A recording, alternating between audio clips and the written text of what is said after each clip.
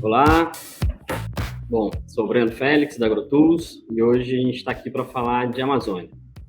E para falar de Amazônia com propriedade, convoquei aqui duas profissionais incríveis, que eu admiro muito, que já têm deixado aí a marca delas em toda essa agenda da Amazônia, e vou pedir para elas se apresentarem aqui, a Júlia e a Marina, e aí a gente vai trocar uma ideia e trazer visões aí para todo mundo que estiver ouvindo a gente. Vamos lá, boa tarde, Marina, Breno, super prazer estar aqui para discutir essa temática que é tão importante, né, para nós como brasileiros e também para o mercado internacional.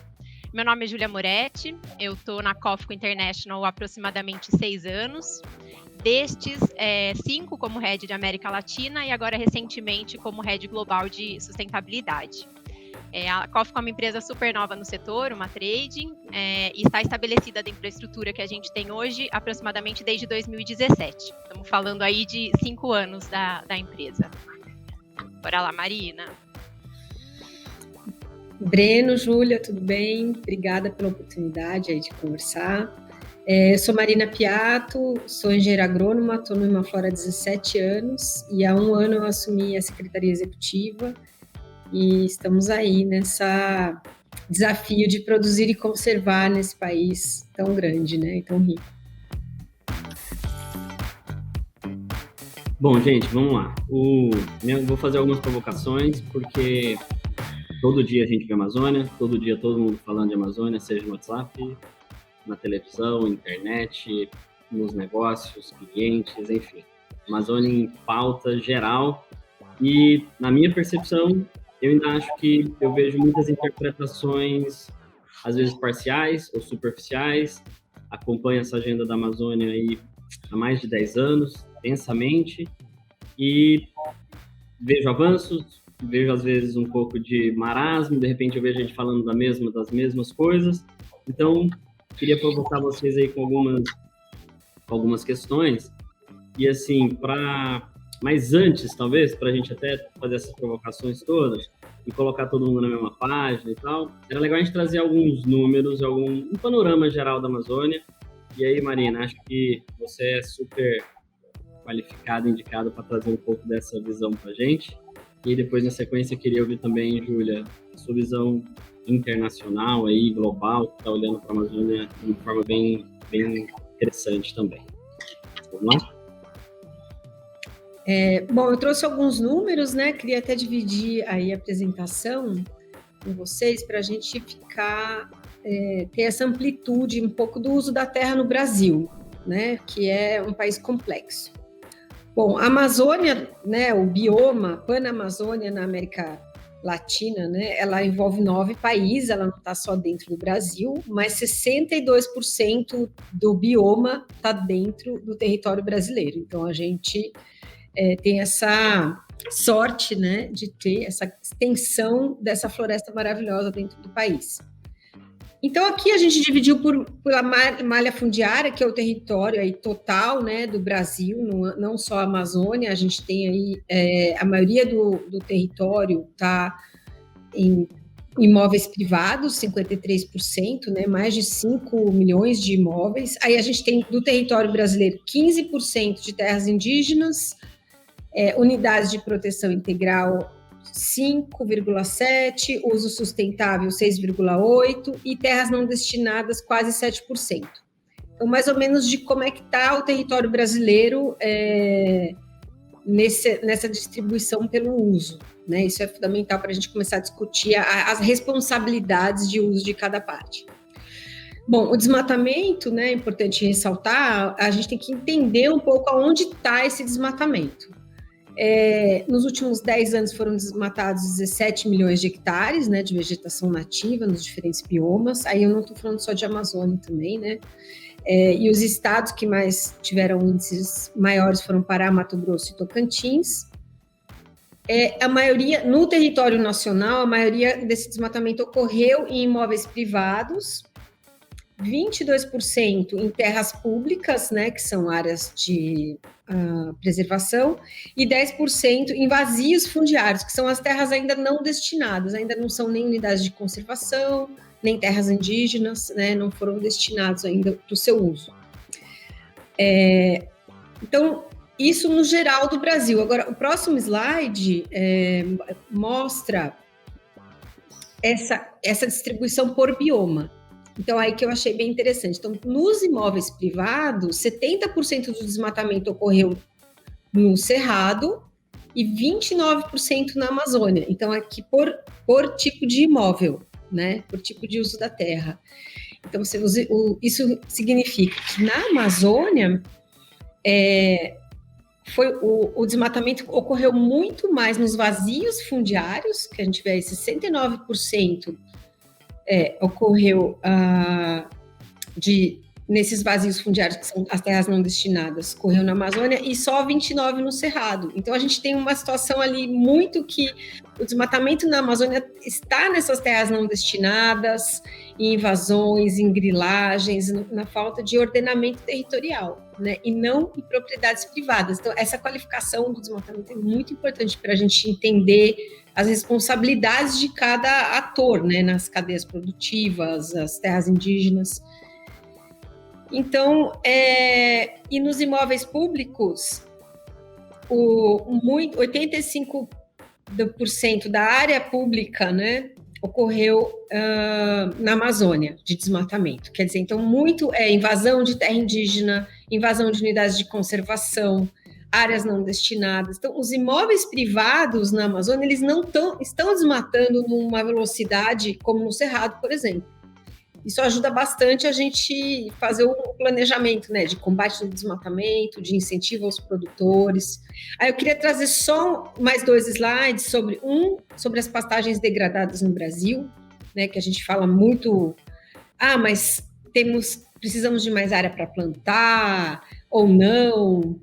A gente tem, gente, aí em 2018, o Brasil possuía 66 milhões de pastagens, de hectares de pastagem, sendo que quase 100 milhões em algum nível de degradação. Quer dizer, a gente tem todo um potencial aí de melhorar esse uso do solo degradado, aumentar a produtividade.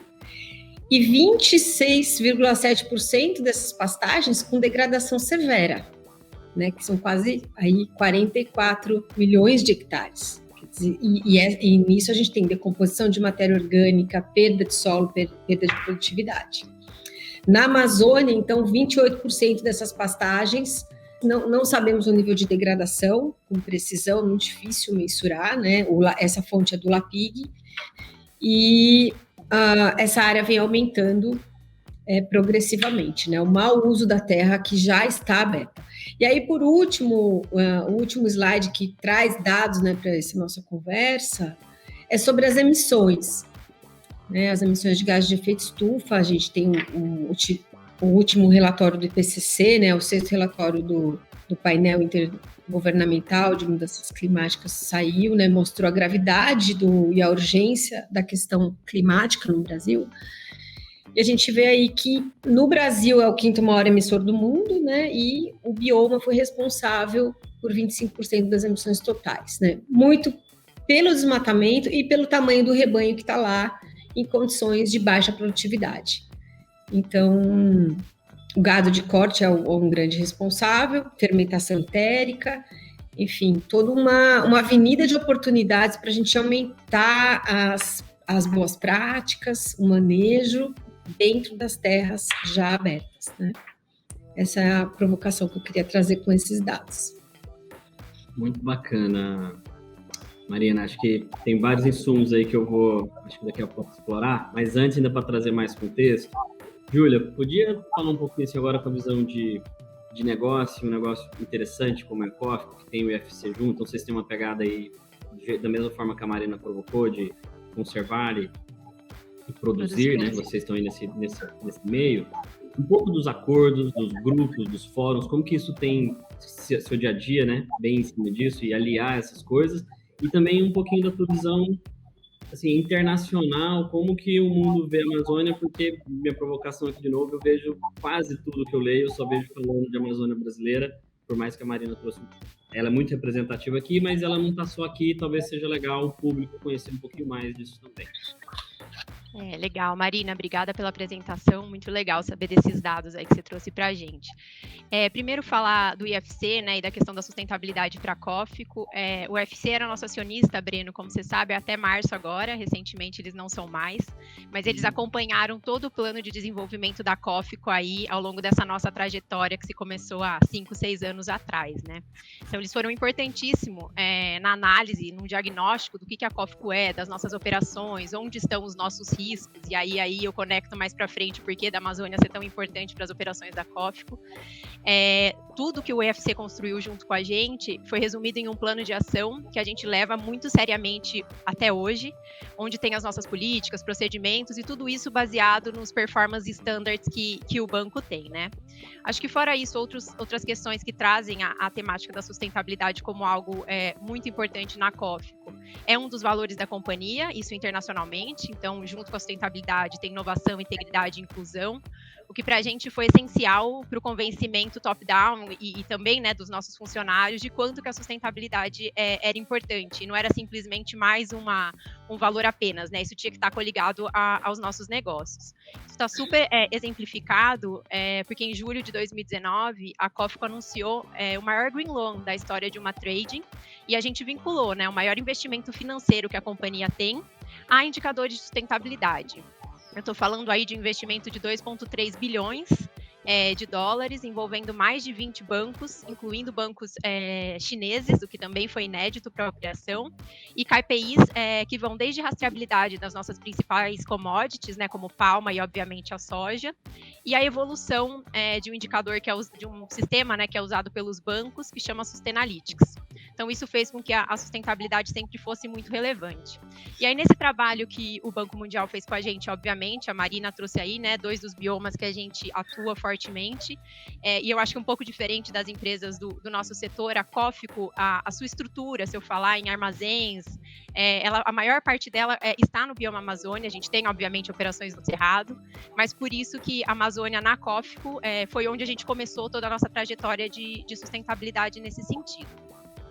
Aí você perguntou para mim um pouquinho sobre os compromissos, eu vou trazer os principais aqui. A Cófico faz parte da moratória da soja, acho que é um acordo coletivo aqui de conhecimento da grande maioria, que envolve diversos setores, bancos, empresas, trades, ONGs, associações, e ela estabelece que a gente não pode originar soja de áreas desmatadas posterior a julho de 2008, né? Essa é uma iniciativa aí de quase 15 anos. Esse é um processo muito robusto, ele é todo supervisionado pelo GTS, que também tem a participação desses stakeholders que eu mencionei aí para vocês, e também passa por verificação externa, né? O processo da moratória da soja também passa por verificação externa. Aí você tinha perguntado, né, o que eu acho que deu certo, não deu certo. Eu acho que os resultados da moratória, eles são inquestionáveis. Eu acho que até aqui, se a gente acompanhar os gráficos, a gente vê que houve sim uma redução. Obviamente, nesses últimos 2 anos aconteceu um aumento no desmatamento, sim. Isso por uma série de fatores que a gente pode dizer aqui, mas dentre eles, talvez, né, a necessidade maior de um processo de monitoramento e fiscalização, que tem deixado um pouquinho a desejar, e a gente precisa fortalecer isso para que esse acordo e outros acordos no sentido também funcionam de uma maneira melhor. Acho que outros desafios que a gente tem com relação à própria moratória, e acho que aí com qualquer iniciativa que a gente tem, né, no mercado, é trazer o produtor rural para mais para perto, para participar dessas soluções junto com a gente. Além deles, empresas de insumos, revendas, esses intermediários que acabam sempre sendo uma questão, um ponto de atenção que a gente tem nas nossas cadeias. Então, acho que isso é uma outra coisa significante que a gente precisa entender como fazer. E, por fim, ainda dentro da moratória, se eu tiver que olhar assim, o que poderia melhorar, buscar alternativa para que os produtores rurais que hoje não cumprem a moratória da soja, para que eles sejam incluídos novamente, né? O que a gente faz hoje? A Marina falou de área degradada, falou de algumas questões financeiras. Como que a gente faz hoje para que esse produtor que não atende a moratória passe mais para frente a atender, né? Como que a gente desenvolve mecanismos financeiros para isso? Como que a gente leva assistência técnica até o campo para garantir que ele esteja em linha com essas demandas? Como que a gente faz recuperação de áreas? Como que a gente estende para áreas degradadas, a expansão dele, não para áreas a serem abertas? Acho que é uma discussão aí bem grande que a gente tem com relação à moratória. Outra iniciativa que a gente também tem nessa região é o Protocolo de Grãos do Pará. A diferença dele, obviamente, é focado em desmatamento legal, e também tem o Ministério Público como sendo um dos atores ali que analisa esse processo, que deixa ele muito mais equilibrado e transparente, né? Ela também passa por verificação externa independente, anual, assim como a moratória, e os resultados do Protocolo de Grãos Verdes do Pará, inclusive, eles são públicos, né? É um relatório que é publicado e facilita bastante o entendimento das pessoas com relação a essa iniciativa. Você me perguntou também sobre olhares diferentes, né? E como que é esse olhar internacional. Você sabe que é recente, né? A minha função global aqui na COFCO, mas eu tenho a percepção de que a Amazônia, obviamente, pelo que eu sinto hoje, eu não tenho operações nessas outras Amazônias que a Marina mencionou, então talvez esse seja um dos motivos, mas eu tenho a sensação, sim, que o foco é na Amazônia brasileira mesmo. Também por isso, né, pela representatividade aí dos 62% que a Marina falou, pela questão do agronegócio estar muito presente nesse bioma também, então uma série de fatores que fazem que esse olhar também se foque mais dentro do Brasil. Pensando em um novo olhar, se eu pudesse falar, Breno, eu acho que eu queria que dentro da Amazônia a gente trouxesse um pouco mais um olhar social e econômico. A gente certamente ouve muito e não precisamos discutir isso, obviamente, que a questão ambiental ela é inquestionável, a gente precisa focar as nossas ações nisso sim, mas eu acho que também trazer a questão social e econômica é bastante relevante para essa região, né? Se a gente perceber, nos últimos 20 anos, a economia da região amazônica cresceu 2 vezes a média do país, né, a média do Brasil. Mas se a gente olhar a renda média das famílias que vivem nesses estados e municípios, é menor que a média nacional. Então, assim, como que a gente faz para um bioma que é tão importante nacionalmente, internacionalmente, como a gente tem ouvido falar, para que também a população, né, que vive e depende dessa região também cresça e desenvolva de uma maneira adequada? Eu acho que esse é um novo olhar que eu gostaria que a gente trouxesse aí nas nossas próximas discussões com relação à Amazônia. Não, bacana. Bom, bons insumos aí, gente. Bom, assim, ainda acho que ambos colocam algumas coisas, assim, que eu ainda tenho essa percepção, ou qual é o perigo de uma narrativa parcial ainda que eu percebo, né? A Marina trouxe um número incrível aí, Marina, assim, de o quanto, né, do desmatamento que está em áreas públicas na Amazônia ou não destinadas. E, óbvio, assim, o primeiro ponto acho que ninguém tem dúvida, o desmatamento é, sem dúvida, uma questão central, que tem que ser mitigado completamente, atenção toda para ele, não tem nenhuma dúvida disso. O ponto aqui de esse olhar parcial que eu trago é um pouco... Quando eu escuto, e dos fóruns principais que estou participando, em geral tem uma conexão do desmatamento com o setor produtivo direto, com o produtor rural, né? E aí quando a Marina traz que 85% desse desmatamento na Amazônia está acontecendo em terras públicas, a gente está falando de produtor rural. Então, eu primeiro sinto a necessidade de separar essas duas personas do que é o grileiro, né? Porque se ele está desmatando uma área que não é dele, obviamente isso começa por uma grilagem. E aí deveríamos ter olhares diferentes para esse tipo de desmatamento e aquele desmatamento que acontece dentro das propriedades rurais.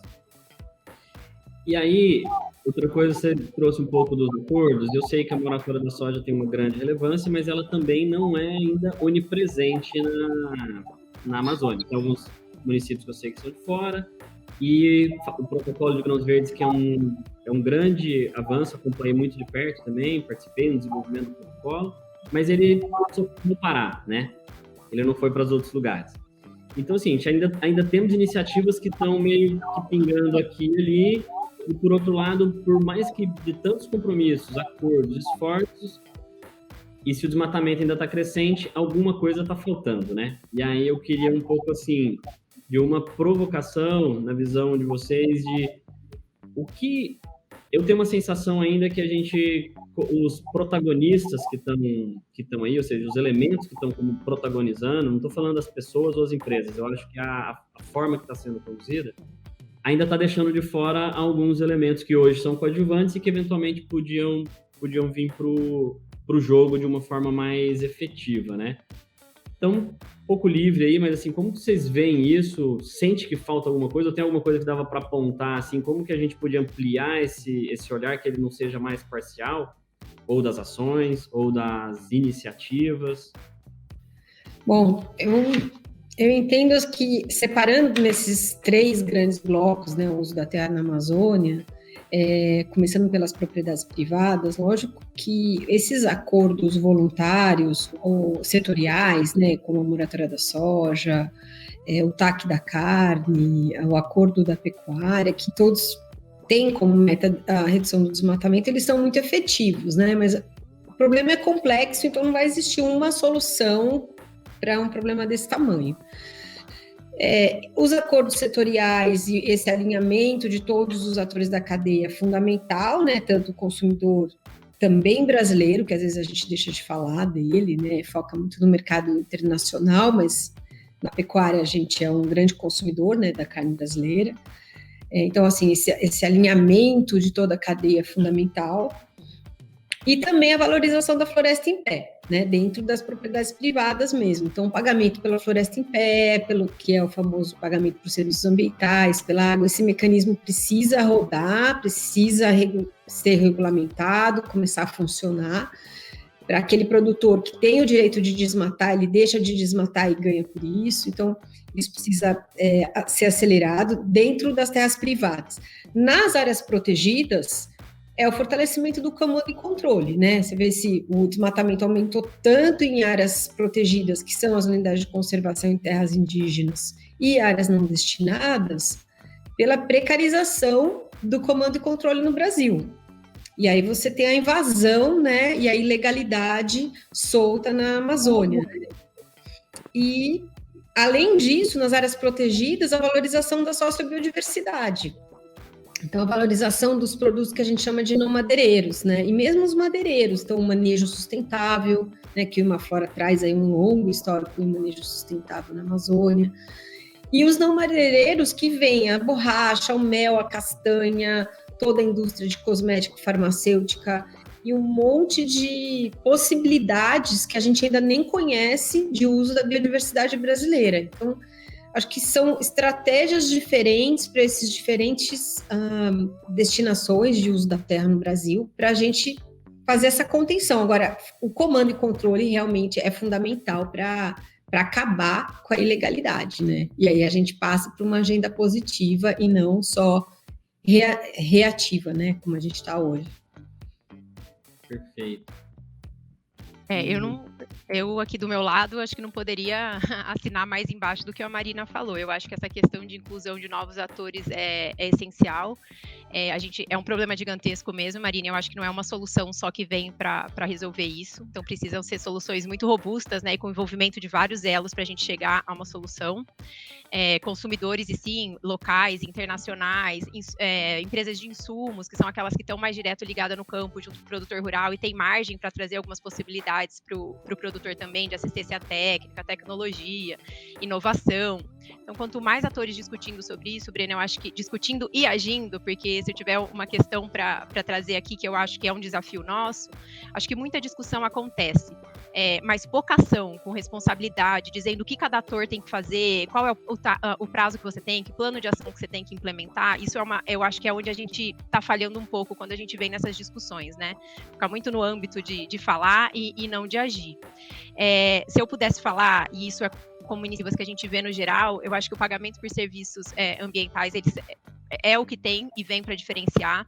A gente escuta muito do mercado que tem uma série de fundos, né, aptos e disponíveis para serem investidos nos biomas brasileiros para conter o desmatamento, mas eu acho que a gente ainda peca em como estruturar esses mecanismos financeiros e como fazer com que eles cheguem até os nossos produtores rurais. Então, isso é um desafio que eu acho, e aí, em certa parte, resolve toda uma questão, porque se o produtor quiser expandir numa área degradada, se ele quiser recuperar uma reserva legal, uma APP, de uma maneira era mais rápido do que tem na legislação, ele teria a condição financeira e o suporte necessário para fazer isso. Para mim, esse é um olhar que a gente precisa ter um pouquinho mais também, mais apurado. Legal. Conectando duas coisas aqui, né? Assim, você falou muito, né, Júlia, da diferença de PIB que está acontecendo ali na renda familiar. E a Marina traz a sociobiodiversidade, que acho um tema incrível, eu escuto pouquíssimo. Eu sei que tem várias iniciativas e geralmente eu vejo que elas ainda são relativamente pontuais ou não ganham um holofote em cima e tal. Vocês enxergam, assim, que a gente tá, em geral, esse uso da terra, né, ele, principalmente o privado, né, Marina, ele está ligado aí com pecuária e grãos, agricultura e pecuária. E a sociobiodiversidade, ela passa um pouco pelo extrativismo ou por atividades complementares, né? E hoje, realmente, a questão de sociobiodiversidade, ela está muito ligada a um produtor praticamente familiar, vamos dizer assim, né? De uma estrutura familiar ou de extrativista, ou é possível conectar que fazendas de produção produzam isso, porque a gente está falando em reservas legais de 80% na Amazônia, né? Tem mecanismos de uso, conexões nessas paisagens onde operam grandes empresas agrícolas que fornecem para uma COF, que fornecem para outra, com atividades do Imaflora.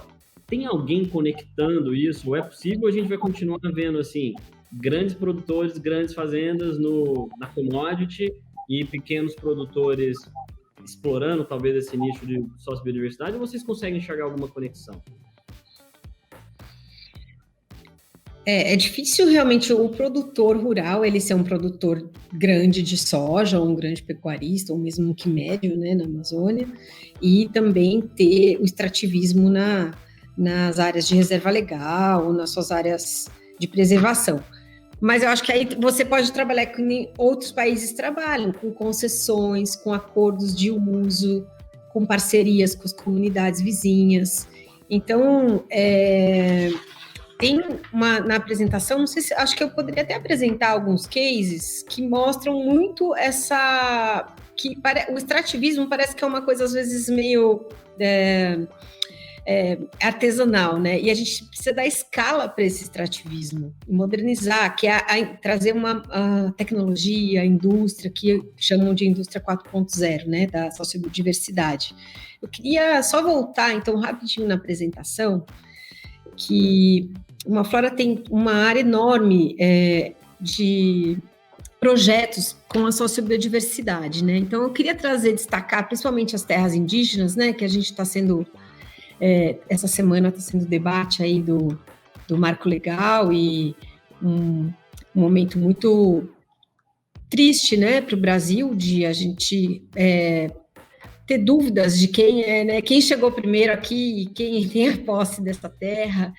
Hoje as terras indígenas, elas ocupam 13% do território nacional, e qual que é a vantagem, né? Elas têm 98% da vegetação nativa, então os índios, né, os indígenas, eles que, vamos dizer, conservam a nossa biodiversidade, a nossa água e o nosso clima agora. Então a gente realmente tem uma certa dívida, né, com eles fazerem tudo isso de graça para a gente.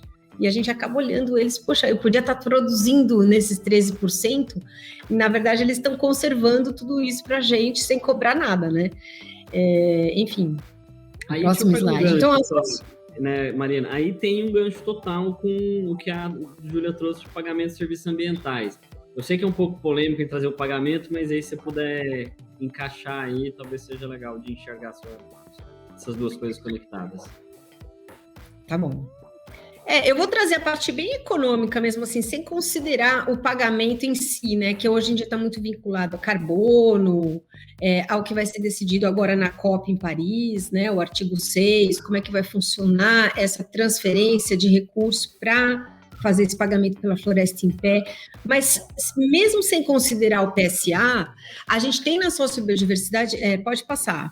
Então, eles têm toda a tradição desses povos, né, já protege, né, a forma de manejo e uso da terra, protege esses remanescentes florestais, a biodiversidade, a produção hídrica, não, o impacto é um uso de baixíssimo impacto, né? E eles podem viabilizar essa nova economia, que é uma economia que pode andar em paralelo com essa economia de commodities. Aqui é um mapa super interessante, em vermelho tá, é o desmatamento, e a gente vê aí essas grandes, Rio Negro, Calha Norte e Xingu, as grandes áreas protegidas, né? Então a gente vê que as áreas protegidas, elas estão, assim, dados e fatos, né? Elas estão fazendo uma contenção do desmatamento, e isso é fundamental para a manutenção do clima, né, principalmente. Então, a gente tem alguns desafios aí nessa evolução da sociobiodiversidade, que é a baixa valorização desses produtos, as cadeias ainda são precárias, uma logística difícil, né, no Brasil, eles estão muito no extremo norte, relações comerciais pouco éticas, você tem ainda muitos atravessadores, e a sazonalidade dos produtos, baixa escala. Então, tudo isso precisa ser desenvolvido para a gente conseguir usar tanto as áreas protegidas, TIs e UCs, quanto as áreas de reserva legal dentro das propriedades, né? Só que a gente não investe nesse olhar para esse potencial brasileiro. A gente tem aí grandes culturas, né? Vamos dizer, grandes culturas da sociobiodiversidade. Então, o açaí é uma das maiores, que gera grandes volumes de produção, babaçu, castanha do Brasil, né, da Amazônia, e outros produtos florestais não madeireiros. Disparado o açaí, pode passar, isso são dados de 2019. Essa é a movimentação, né, 1,6 bilhões de movimentação de recurso, açaí quase 600 milhões, aí vem a castanha, que tem alto valor agregado, oleaginosas, muito para os olhos para a indústria de cosméticos, e madeira também. Bom, a indústria 4.0 é tudo isso, né? É a necessidade de desenvolver a economia voltada para esses produtos da floresta. E aí precisamos de tecnologia, valorização desses ativos, conhecimento científico, conciliado ao tradicional, e um modelo de produção e conservação. Como que a gente vai fazer isso, né? A gente tem que fortalecer organizações locais, tem muitas organizações locais já estabelecidas que precisam de uma governança, de um business model, de fortalecimento que uma COFCO tem, que produtores grandes têm, grandes associações poderiam fazer parcerias, ensinar como é que faz business, né, para esse pessoal. Os arranjos produtivos, que são as cadeias, né, como é que eles dialogam e conversam com as grandes cadeias de negócios, pode passar, porque são muitos povos muito distantes, às vezes falam outros idiomas, né. Aceleração de negócios, incubação, tem vários programas, esse é o PPA, né, que é para formar empreendedores da Amazônia. E aí a gente tem exemplos de grandes produtos que às vezes a gente nem sabe. Então a gente tem tênis da Osklen, grandes marcas, da Vert, Vic Bold, que compram esses pães da Vic Bold com castanha do Pará, vêm desses povos tradicionais. Então agora, indústrias de cosméticos várias, da Paris, de Natura, Boticário, várias coisas que a gente consome hoje. Então as empresas elas estão entendendo que para apoiar o desenvolvimento da floresta em pé, ao invés de você comprar uma borracha plantada, você compra uma borracha de extrativismo do Acre e ajuda aquela população e vai direto conversar com ele, evita atravessadores. Do mesmo jeito que a gente desenvolveu a soja no Brasil, que era concentrada no sul e hoje ela está no território todo, a gente tem como desenvolver essas outras cadeias também. Essa é a nossa maior riqueza, né? É a nossa diferença no mundo. E a gente pode produzir as duas coisas, não é uma coisa ou outra, é e outra. Eu acho que hoje o debate, para finalizar aqui, assim, o debate polarizado tem um equívoco, né? Porque os produtores da sociobio e os produtores rurais, eles estão do mesmo lado. Quem está do outro lado são os grileiros, são os especuladores de terra, são invasores, a violência no campo. Isso é que está do outro lado da moeda. O resto do pessoal está todo mundo trabalhando, cada um na sua escala, cada um com o seu perfil. Então, eu acho que a gente tinha que organizar melhor, sabe, essa luta pelo desenvolvimento sustentável. A gente está no mesmo lado, produzindo coisas diferentes e coisas incríveis, que nenhum outro país tem esse potencial. São outros produtos, cerveja, tem coisas infinitas. Legal. A Marina acabou de tirar meu sono aqui. E tantos cases legais que ela compartilhou de mesmo pensar, né? Como uma empresa como a Cofco tem esse papel aí, né? Onde que a gente consegue desenvolver junto com essas comunidades locais. A Cofco faz diversos diálogos sociais que a gente chama engajamento com stakeholders, nas regiões onde a gente opera e onde tem maiores riscos, com essas associações, né? Com essas organizações locais que você mencionou. Então, eu acho que cabe a nós, sim, tentar encontrar estratégias e possibilidades de pensar em questões econômicas mesmo, né? Como que a gente faz gerar renda nessas regiões? A gente está em discussão com uma associação também e vem com a parte indígena sobre a questão de produção de mel para esses indígenas como uma fonte de renda. Então, tem várias coisas que a gente está conectando, mas a sua apresentação aqui só me trouxe mais luz ainda para buscar outras possibilidades e alternativas, né? Para a gente juntar todos esses quadradinhos aí e fazer um overview, né? Ter uma imagem maior desse contexto todo. Sem dúvida. Marina, eu fiquei com uma dúvida ali antes de eu engatar em outra coisa aqui, que esse link da Júlia é legal. Eu vi que você trouxe castanha da Amazônia, foi a primeira vez que eu escutei, e depois você trouxe castanha do Pará. É a mesma coisa? Estão democratizando a castanha do Pará para ela ser a castanha da Amazônia, ou são coisas diferentes? Não, é a mesma coisa. A castanha é um dos maiores ativos da floresta, né? Tanto que hoje, há muito tempo, se você derruba uma castanheira, você vai preso, né? O crime. E ela é a castanha do Brasil, que chamam, né? Ela é originária da floresta amazônica, e o Brasil é um dos maiores produtores do mundo. É o maior, né? Hoje também tem, lógico, na Amazônia colombiana, peruana também tem essa espécie, e ela tem um valor agregado muito alto, ela é coletada e tem muitos usos, né? Dizem que para os pecuaristas aí online, dizem que uma castanha equivale a um bife, então, em proteína. Então, assim, é muita riqueza dentro da Amazônia, gente. Então, a gente tem que ser muito atrasado para não ver o tamanho do potencial. É quase que uma poupança que a gente tem, né? Que tem aí para o futuro enormes possibilidades de encontrar outros produtos, outros ativos florestais, soluções para coronavírus, para novas doenças.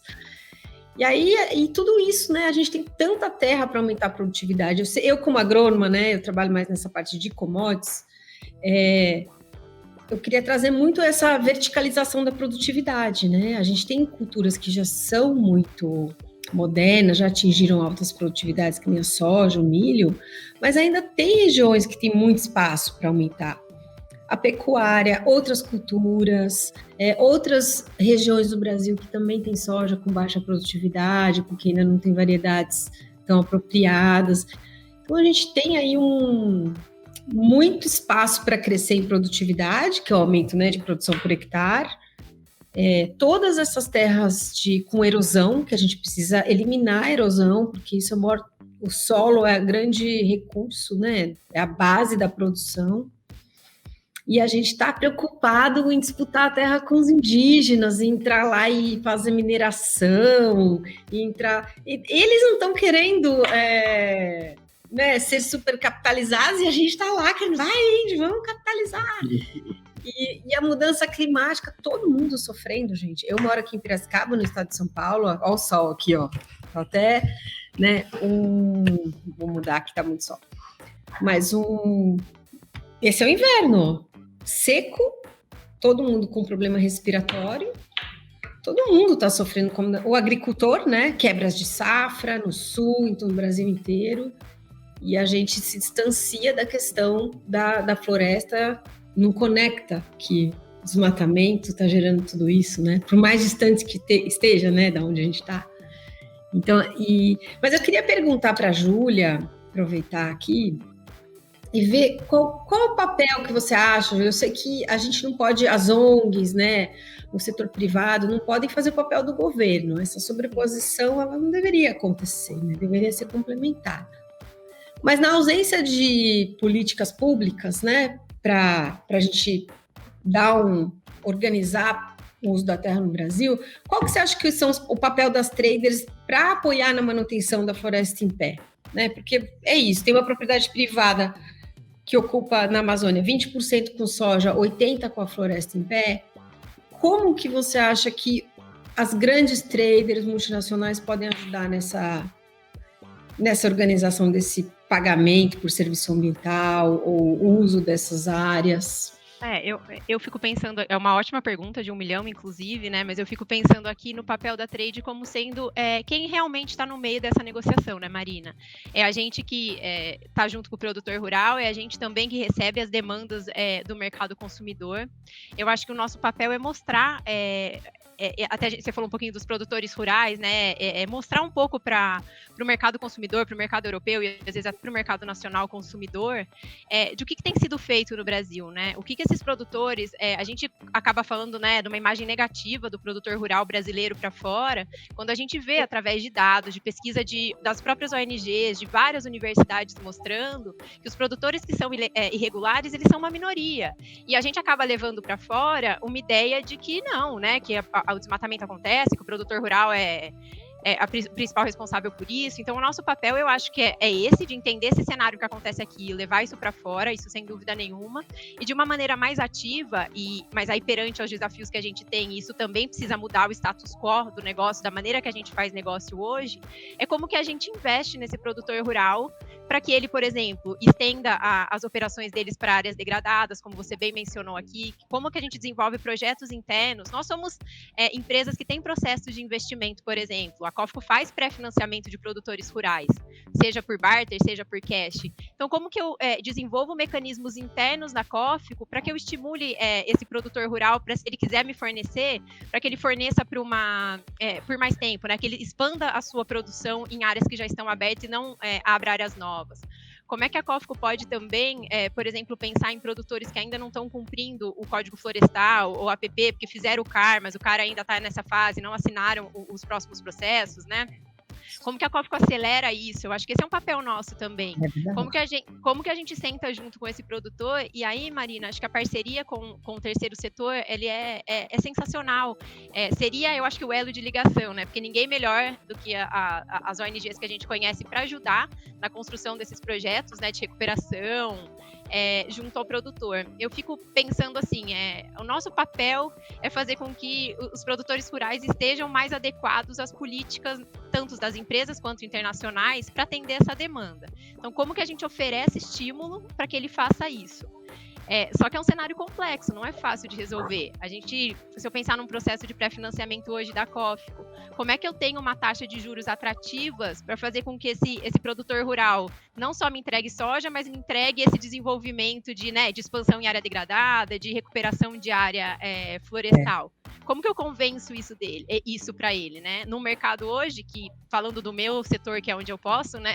Eu não tenho conhecimento dos outros, mas que o preço da soja hoje está alcançando escalas aí que a gente nem imaginava. Então, ele tem já muitos recursos, ele tem muitos estímulos, que ele não vai falar, não, vou parar meu negócio agora e pensar como que eu vou fazer de uma maneira mais sustentável.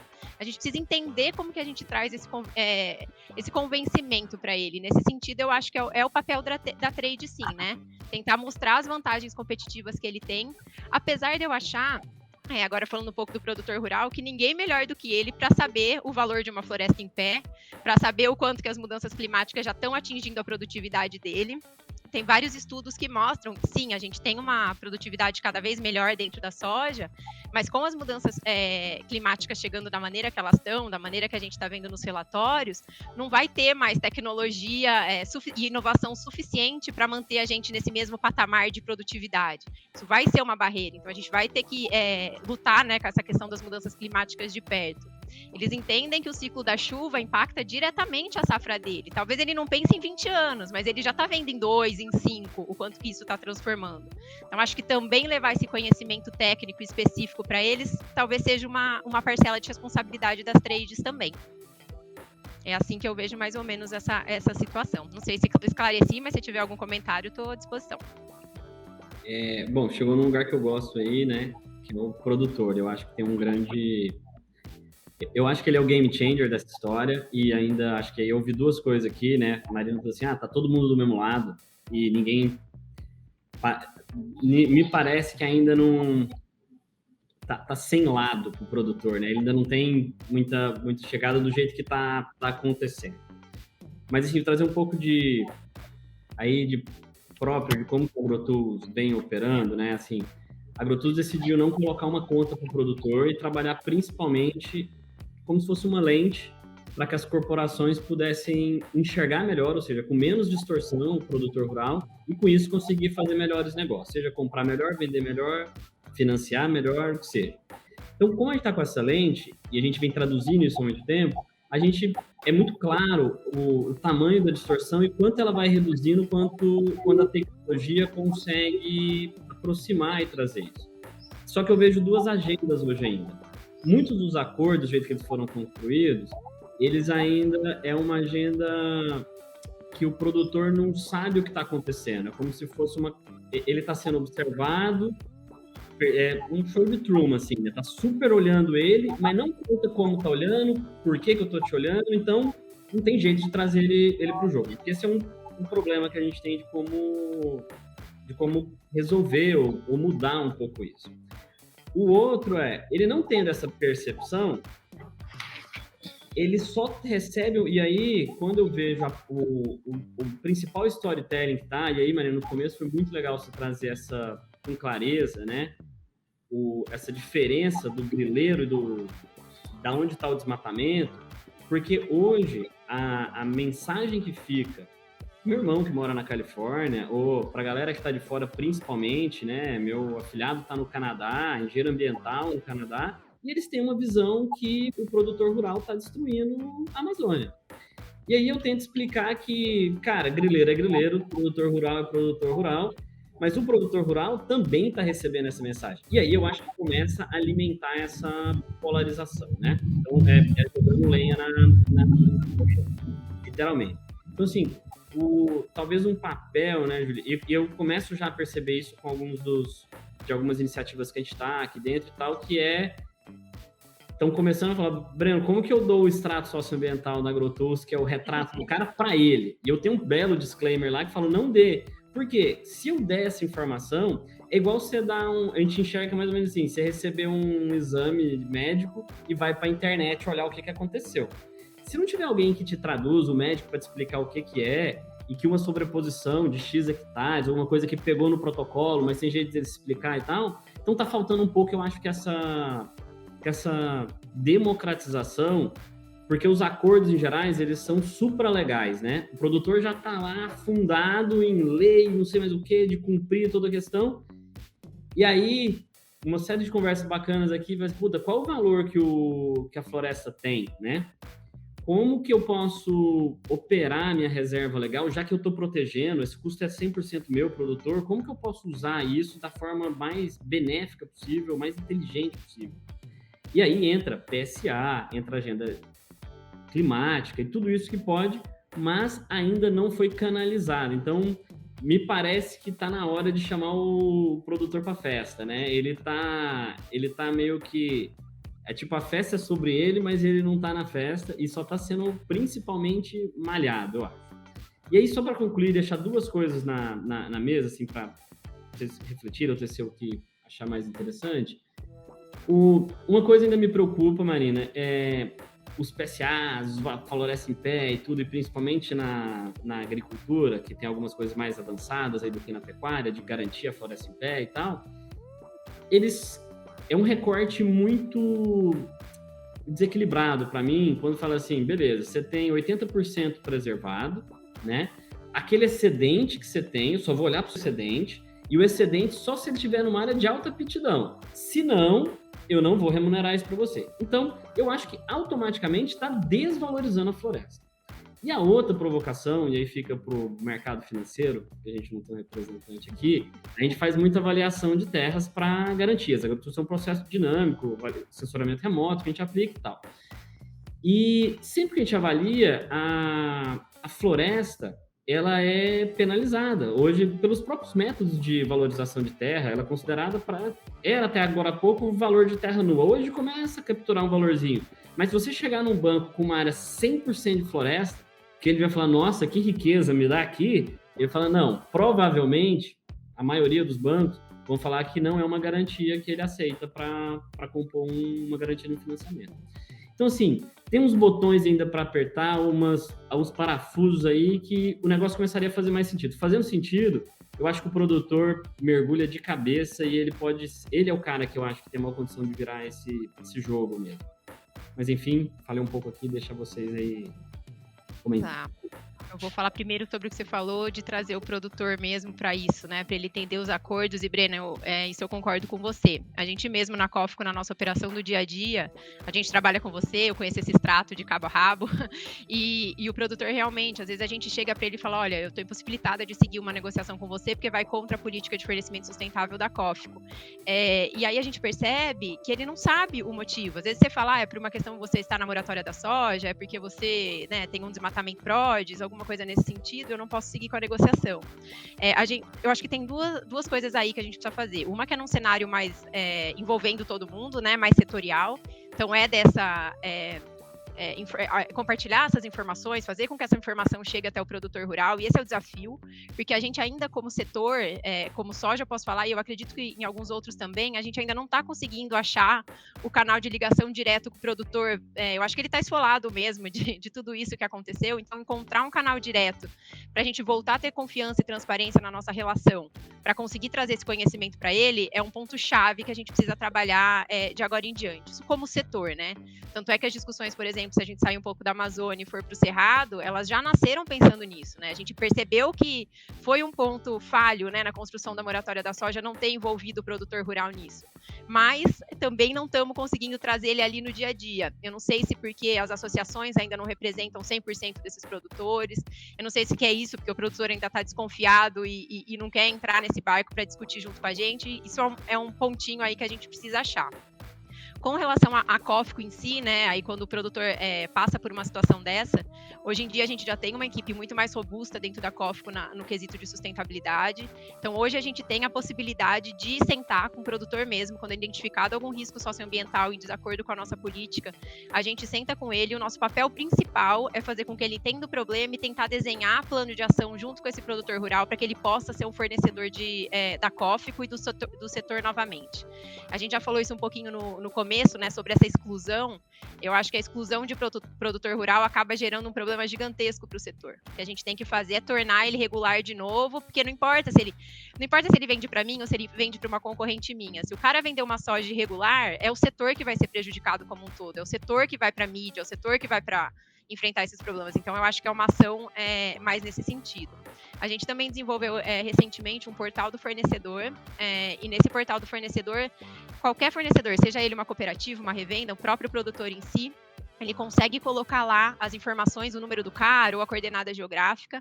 A gente faz, mesmo que eu não esteja fazendo negócio com essa fazenda dele, a gente faz a análise e também damos o feedback explicando qual que é a situação atual com relação aos indicadores socioambientais. Ainda é pouco, porque, né, a Cofco é uma empresa, óbvio, representativa, mas não gigantesca, mas eu acho que é uma iniciativa para a gente tentar trazer ele para a mesa e entender essas dificuldades e montar os planos de ação. Então, do nosso lado aí com relação é o que a gente tem tentado para fazer aí a nossa parte nesse bolo aí que tem acontecido. Legal. Eu queria reforçar essa dificuldade do diálogo, né? Porque como eu mostrei nos dados lá, a gente tem 4 milhões de pequenas propriedades, né?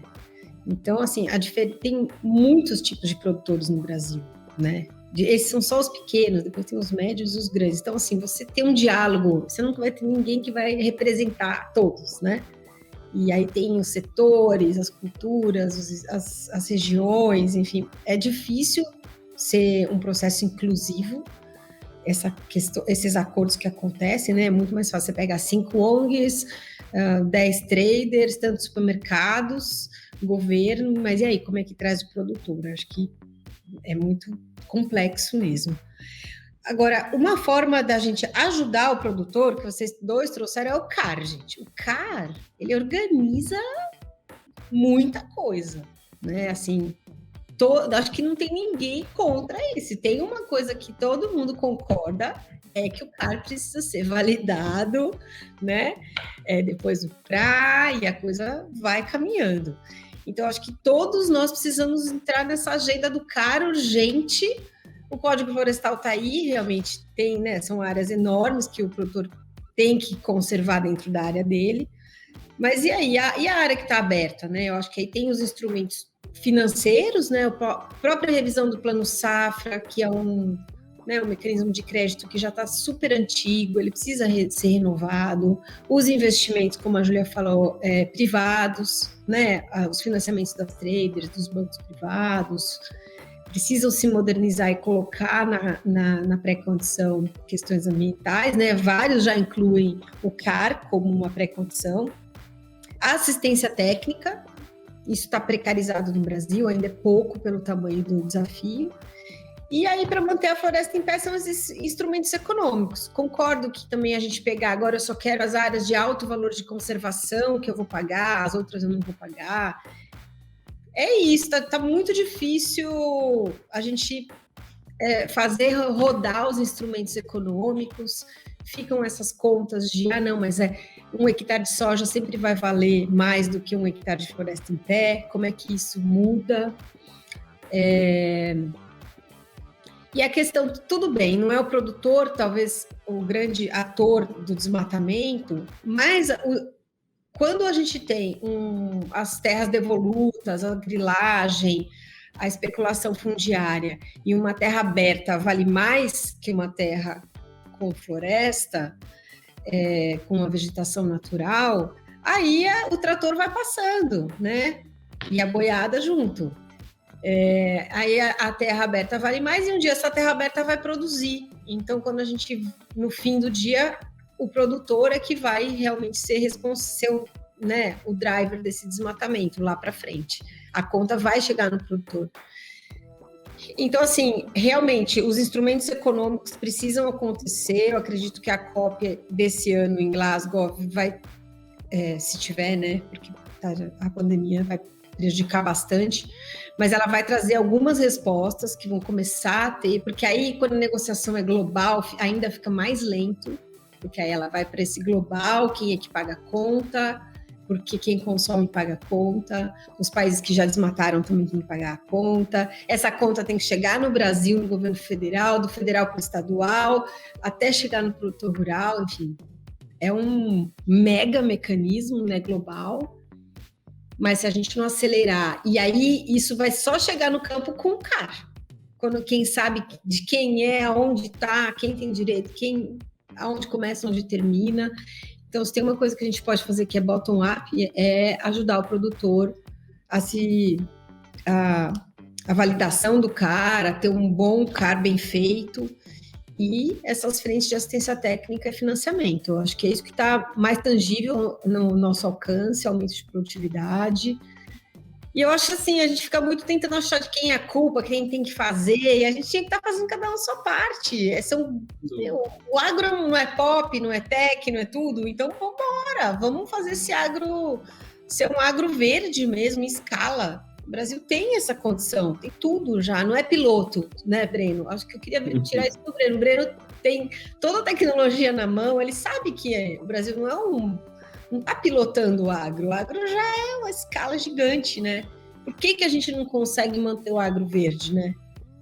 Então, provocação final aqui, me permita um complemento do CAR, uma vez que o modelo de cadastro territorial da Agrotus, que é o GeoID, a Identidade Geográfica, ela é antes do CAR e era exatamente a dificuldade. E o CAR, concordo, Marina, fantástico, fundamental, mas ele é para cadastro ambiental rural, né? E a gente tem a lei do recadastramento, que ela é fundiária. O modelo nosso, a gente olha para os dois e ainda complementa um monte de informação. Por que eu estou falando isso? Do mesmo jeito que eu vejo, às vezes, depositando muita esperança ou ferramenta em cima da GTA, eu tenho bastante preocupação de desvirtuar a finalidade de uso de algo que foi criado e que ele era muito bom para aquilo, ele desvirtuou. O CAR, então, para o ambiental, para ele definir o que tem de ativo ambiental, natural, show. Quando você vai parar de produção, eu gostaria de tomar um pouco de cuidado e queria fazer uma provocação, que é algo que a gente vem trabalhando aqui no AgroTools. Até começou, vou fazer uma menção aqui que vocês conhecem, começou dando divagação minha com o Marcelo Stable, do Pampa, de como que equilibra isso, né? E aí teve até uma palestra que eu estava fazendo no Paraguai, no evento do PNUD, e eu fiz uma provocação que todo mundo deu assim, e eu acho ainda que esse é o caminho e convido-os a trabalhar mais nisso, que é o seguinte: se o CAR me dá quanto que eu tenho de floresta, vamos dizer assim, carbono, o que seja que a gente quer colocar, eu acho que a gente deve olhar para a água, biodiversidade e tal. E se a gente faz uma conta, que é quanto cada produtor, né, qual é o... A gente chamou aqui de... É mais verdade, a gente chamou de índice de... É um índice, eu quero fugir do índice de sustentabilidade, mas é um índice verde, um índice natural da produção, que é o seguinte: se eu produzo 1.000 toneladas de carne e eu tenho 1.000 hectares de floresta, quer dizer que o meu índice é de 1 hectare por tonelada, beleza? Se eu produzo, eu tenho 10.000 hectares de floresta e produzo 1.000 toneladas de soja, eu tenho 10 hectares desse índice por tonelada de soja. Bom, então, o primeiro passo é a gente cria agora uma percepção de trazer a floresta, os ativos naturais, para dentro da produção, que eu acho a primeira coisa. E aí o CAR, ele só faz um pedaço. Por isso que eu acho que ele é uma parte da solução. Uma vez que a gente fez isso, se a questão é toda global, uma soja produzida num país europeu, ou numa fazenda, não precisa ser num país europeu, não quero fazer a provocação só na Europa, mas assim, vai ter fazendas que vão estar produzindo só que aquele CAR ou aquele território, aquela fazenda, ele só tem produção, ele não tem conservação. Então ele tem um índice zero, porque o índice dele é zero para o que ele produz.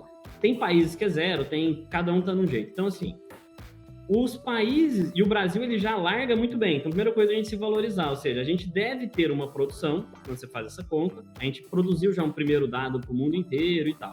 Mas o Brasil parte de um lugar muito legal. Tipo, eu não vou entrar no detalhe do número, porque depende se a gente está falando de floresta tropical ou não, mas vamos supor que a gente parte que o Brasil ele tem um índice 10:1.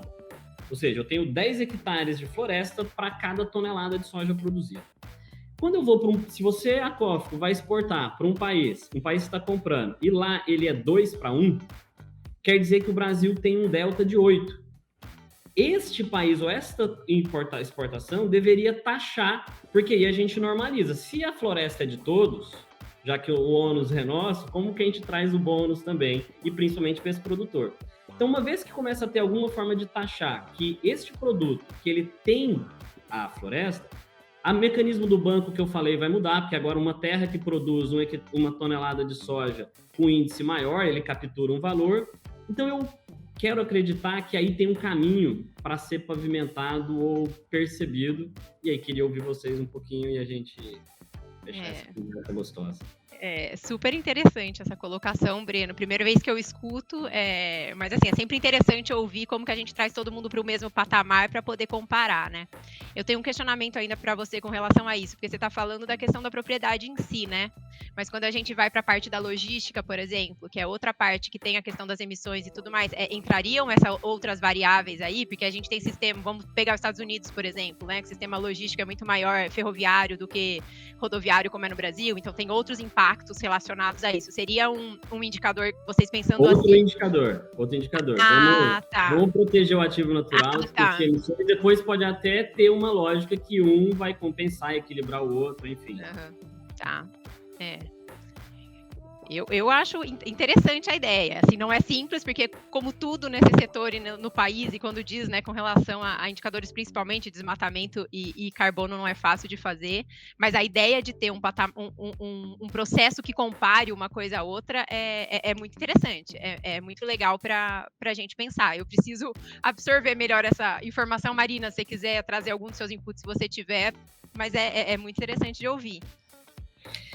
Não, muito legal, Breno. A gente até fez um estudo no Matopiba, né, com soja, que a gente chama tem uma metodologia global que chama capital natural, que realmente ela quantifica em reais, ela monetariza monetariza ou monetiza? Monetiza. Desculpa. A água, a biodiversidade, o carbono, erosão evitada, achei super interessante esse termo erosão evitada, em vários recursos naturais, capital natural, mas a gente ainda não tinha feito essa associação com o valor agregado no produto, né? Isso é muito legal. Tem um cuidado aí, assim, o Imaflora tem 26 anos, né, de trabalho com certificação. A certificação, de uma certa forma, ela é agregar o valor socioambiental no produto, né? Então, um café certificado, ele tem todos aqueles atributos sociais e ambientais, de conservação, que vão além da legislação, enfim, coisas extras, né? Um diferencial. O difícil é o mercado pagar, você fazer, porque tudo isso tem que desenvolver um mecanismo de mercado. Como é que o mercado vai se mobilizar para pagar? E a gente não conseguiu isso para commodity, que é praticamente no Brasil cana, soja, milho, gado. Como é que você faz isso em commodity se a gente compete e no fim do dia o pessoal quer o mais barato? Então, aí a gente vai entrar nessa dificuldade disso rodar nesse trade global, onde a gente quer matar a fome no mundo, que é quantidade, o mundo quer o mais barato, né? Esses dias a gente até tem uma conexão do Tropical Forest Alliance, que faz vários diálogos com a China, né? E eles são claros, assim, para carne, né? O Beef China Dialogue. Eles falam, eu quero green, mas eu quero barato, for the same price. Falar, eu também quero, né? Então, assim, é o desafio. Por que a gente conseguiu com commodities? Porque a gente tem o valor da qualidade. Então, o café, todo mundo paga um pouco mais porque ele é verde, só que o sabor dele é maravilhoso. Agora, commodity, aí vira esse mainstream. Então, para essa conta fechar, precisa realmente dessas grandes corporações lucrarem menos. Porque quanto você está disposto a perder de lucro para valorizar o verde? Já não tem um milagre, né? É muito difícil. Eu não sei. Pode ir, Júlia. Não, eu ia falar que eu não sei se você tá. Talvez eu tenha entendido errado, Breno, mas eu não sei se é um diferencial por um pagamento, tipo uma certificação RTRS que eu entendi. Eu entendi que Não, assim, não é pensando num processo de certificação ou algo nesse sentido, é num processo de mostrar, e aí com fatos e dados e números, que o produto brasileiro que sai daqui, ele tem essa pegada maior, porque a gente tem a floresta de pé ainda, então a gente teria um índice de escala maior. Então, por exemplo, quando for comprar uma soja na Europa, por exemplo, e eu tiver algo disponível do Brasil ou algo disponível da Argentina ou dos Estados Unidos, eu vou capturar esses índices e falar, não, para mim vale a pena, porque eu tenho políticas e tenho iniciativas, então eu vou comprar do Brasil porque ele atende essa demanda. Por isso que eu achei interessante o jeito que você colocou, Breno, porque ele foge disso, que sim, existem certificações, existem muitas coisas interessantes hoje, mas que a gente vê isso mesmo, Marina, que você falou, como é commodity, é muito difícil surgir demanda no mercado, é muito difícil alguém querer pagar um prêmio para um processo de certificação. Mas agora, você levar como sendo uma característica do produto isso, aí é isso que eu achei a pegada essencial na hora que você mencionou, Breno. Isso fez uma mudança de chave. E é exatamente, porque você falou, é a única forma que a gente identificou que eu consigo comparar todo mundo no mesmo lugar. E aí, porque hoje, Marina, quando eu falo em certificação, por mais que ele pode atender a certificação, não agrega mais ou menos se o cara tem mais ou menos floresta, se ele cumpriu o código, se ele tem excedente, o que for, ele está na mesma. O que a gente quer dizer é o seguinte, um hectare que produz na Amazônia, ele já parte de largada, com os 80% que ele tem, com índice maior. O ganhar menos, eu acho que tem um mecanismo financeiro a ser, tô falando, é um embrião que a gente está trabalhando, tá? Tá sendo em primeira mão aqui, que eu estou falando um pouco disso de uma forma mais técnica. Mas assim, pode ser desde taxas de exportação, como pode ser um grande player, como um McDonald's ou outro player global, que ele aponta e fala, esta me interessa. se você começa a criar preferência comercial, você também começa a justificar. A gente vai ter que o desafio de fazer aquilo chegar naquele produtor. Esse é uma outra questão. Mas, assim, o principal, independente até da gente conseguir fazer a conta, só para a gente sair dessa síndrome de vira-lata brasileiro, né? É falar assim, eu tenho a soja com a melhor pegada natural do planeta, porque a minha soja carrega tanto de floresta, tanto disso e tanto daquilo. Hoje a gente só está olhando que a nossa soja carrega desmatamento. E é uma parte dela. Concordo que ela tem, mas tem muita soja que ela está com puta índice legal. Então, assim, como que a gente primeiro captura isso, evidencia? Aí vai ter todo o desafio de como viabilizar isso dentro de um processo de negócio.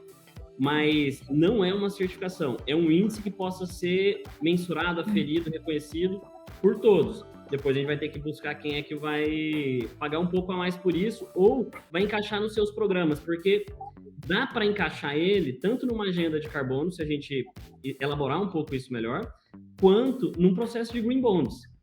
Eventualmente, isso pode também ser um diferencial para uma propriedade receber um determinado crédito numa condição diferente. Quem tiver o índice tal, tem uma taxa menor.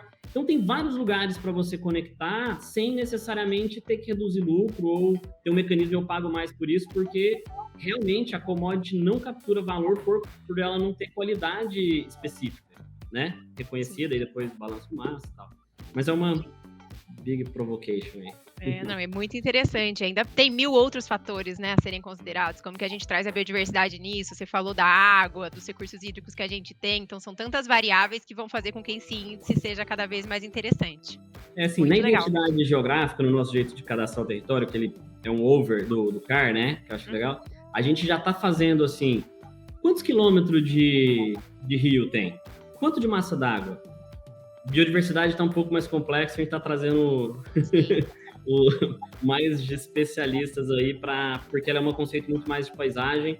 A onça pintada já tem um pouco mais de coisa, a gente acompanha ali um projeto junto com o IHP, agora a gente está conversando com o pessoal do Instituto Onça Pintada, então estamos tentando entender esse jogo, mas tem que começar pela floresta, tem conexão direta com o carbono e depois a gente vinha acoplando outros, eu prefiro chamar de ativo natural, Marina, porque quando você fala capital, ele casa direto num lugar que eu acho, por mais que eu já vi as metodologias, eu ainda acho bem difícil de você conectar ele sem você fazer um estudo mais amplo, né? Aquela água vale mais quando ela abastece uma cidade. Então, você tem algumas coisas que as metodologias são um pouco mais complexas. Aí é quando a gente compete com esses lugares de baixo custo de produção, né? Alta escala, uma pecuária no Texas, ou esses desertos de soja no centro dos Estados Unidos, né? Como é que... Então, essa consciência coletiva da supply chain, desse compromisso coletivo de realmente bloquear aqueles que talvez teriam uma menor performance ambiental associada à produção ou maior, né? Não relacionando à certificação, mas esse reconhecimento mesmo do que é mais verde. Como é que isso entra na conta? Porque essa é a chavinha, não está entrando. Todo mundo quer, mas ninguém quer mudar a conta. E a gente trouxe outro ativo, Marina, que você falou na outra vez que a gente conversando. Várias coisas que eu não consegui trazer na sua conversa, meio que tá tempo, eu não sei como é que vocês estão, mas você falou muito do carbono no solo, isso me ficou pensando.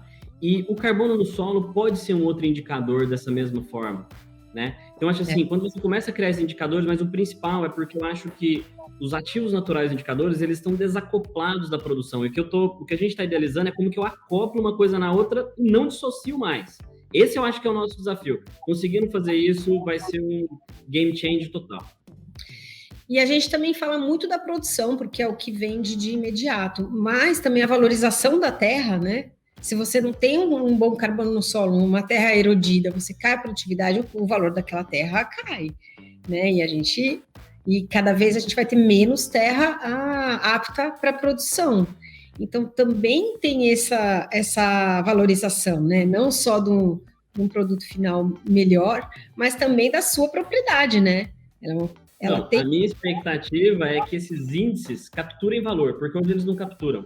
Os modelos tradicionais de avaliação de imóveis rurais, isso não captura valor. E com o índice, a gente acredita que a gente já começa a ver o contrário. Uma terra que tem PRODES está virando passivo e está perdendo valor, mas o inverso não acontece. Então, de novo, está só o ônus. Eu acho que tá nosso foco na Agrotus está muito em buscar o bônus, cara, para o produtor rural. Mas, Breno, assim, última coisa... Desculpa, Ju, pode falar. Não, eu só ia falar que você tinha falado de uma visão mais global desse índice, né, de abrir mercados e tudo mais, e de gerar oportunidades, e pensei aqui como até no dia a dia de uma empresa como a Coffee, como que esses índices poderiam ajudar, que é outra discussão que a gente tem com frequência, né, Breno? Como que eu trago produtores rurais que estão em melhores escalas, né, como que eu acho um indicador que me mostre que o produtor A está melhor que o B, e por isso eu vou dar uma condição financeira para o produtor A melhor que para o produtor B. Eu ainda, com as informações que eu tenho hoje, porque elas ou é ou não é. Ou o produtor atende a minha política, ou ele não atende. Então, eu não consigo ter esse poder de barganha. Então, olhando até no mundo mais meu, assim, do dia a dia do negócio, seria uma outra possibilidade que a gente podia atuar, né? E a nível de propriedade. Vamos fazer. Uma ótima ideia.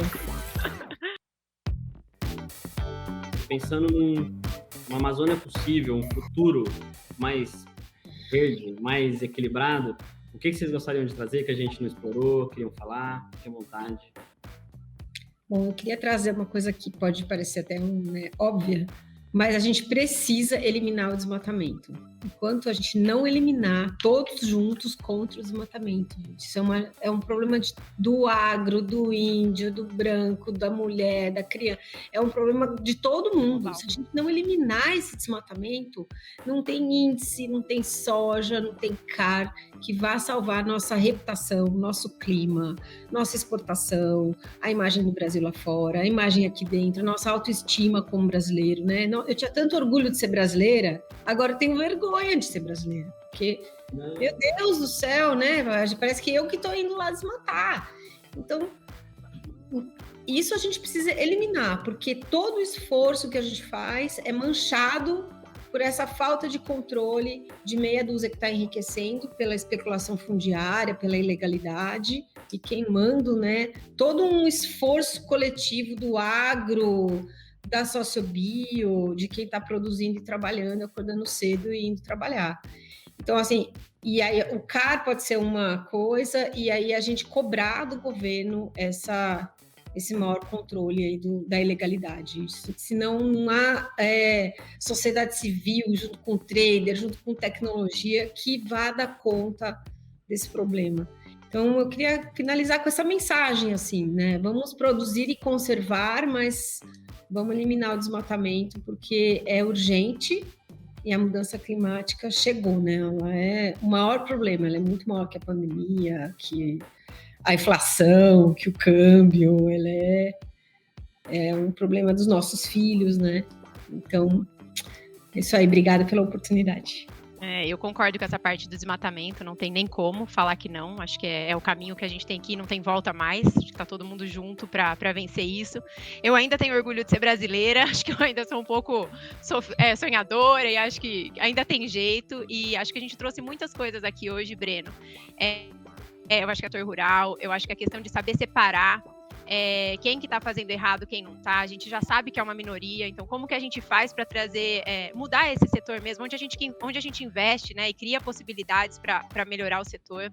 A Marina trouxe super legal a questão social e vários modelos e exemplos aí que a gente viu na apresentação dela. Eu acho que fica uma lição de casa para mim e para outras empresas que estiverem ouvindo, como que a gente leva isso para nossa realidade, como que a gente transforma a floresta em pé em um bem que gere renda mesmo, né, como que a gente leva, né, as culturas nacionais para isso, como que a gente integra lavoura, pecuária e floresta. Eu acho que são muitas das coisas que a gente discutiu aqui. Eu queria deixar esse desafio mesmo, né, para a gente pensar um pouquinho fora da caixa. As discussões da Amazônia, ela tem acontecido aí há tanto tempo, mas o que a gente pode trazer de fator-chave e que pode realmente mudar esse cenário aí para as discussões que estão vindo por aí, principalmente na COP e tudo mais. E agradecer imensamente, foi um prazer estar aqui com vocês conversando sobre essa temática. Obrigada. Legal. Eu que agradeço demais, obrigadíssimo pelo tempo, compartilhar as ideias, o conhecimento de vocês, visões. Eu acho que isso vai ser o começo para um processo muito melhor. Eu acho que o Brasil, a gente é sustentável por natureza, mas a gente tem que contar e temos que parar com tudo que está jogando contra realmente e para frente, cada vez mais conservando e produzindo em escala, super verde e ajudando aí do jeito que der, porque o Brasil realmente é um player importante na mudança climática. A gente tem que assumir nossa responsabilidade, que é o ônus que a gente tem, mas eu estou muito imbuído de buscar os bônus que a gente também merece. Acho que é isso. Obrigadíssimo, gente. Conta com a gente. Eu conto. Obrigada. Um abraço. Tchau, tchau.